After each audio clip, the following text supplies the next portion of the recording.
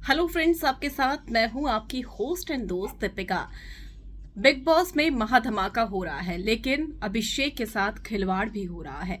और सचमुच अभिषेक जिस तरीके से फूट फूट कर रोते हुए नजर आए, अच्छा भी नहीं लगा। और अभिषेक कहीं ना कहीं बहुत ज़्यादा परेशान है कि अब ईशा के जो करंट बॉयफ्रेंड है उनकी एंट्री हो चुकी है।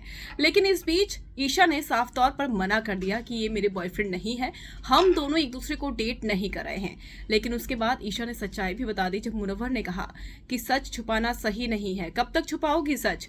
और ये बात सही भी है कि आखिर आप बिग बॉस में रहकर झूठ नहीं बोल सकते हैं, क्योंकि सच कभी ना कभी सामने आता है। और अगर आप पहले की फीड देखेंगे तो वहां पर अभिषेक ने कहा था कि इसका बाहर कोई है, जिसके बाद ईशा ने साफ तौर पर मना कर दिया था कि उनका बाहर कोई बॉयफ्रेंड नहीं है, वो किसी को डेट नहीं कर रही है अभिषेक से ब्रेकअप के बाद। अब अभिषेक के साथ वो दिल वाले रूम में है और ऐसे में समर्थ की एंट्री हो चुकी है।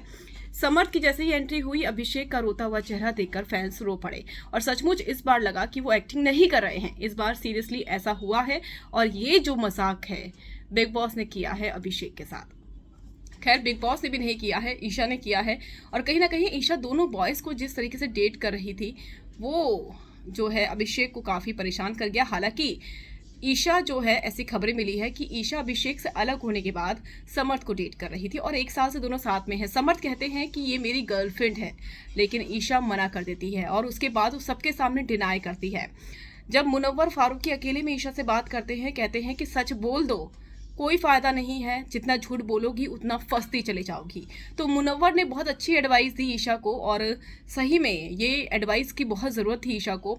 जिसके बाद ईशा ने कहा कि बिग बॉस मुझे माफ़ कर दो, सॉरी बिग बॉस, मैं उस वक्त सडनली ये एक्सेप्ट नहीं कर पाई कि समर्थ मेरा बॉयफ्रेंड है।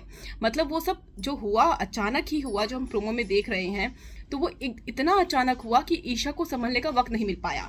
एक तरफ उन्हें तस्वीरें दिखाई, उस गेट से समर्थ की एंट्री हुई, समर्थ सामने आ गए, अभिषेक आउट ऑफ कंट्रोल हो गए, चीजें हौच पौच हो गई और ईशा घबरा गई। और उस घबराहट में वो एक्सेप्ट नहीं कर पाई कि टीवी के सामने कि मेरा बॉयफ्रेंड है।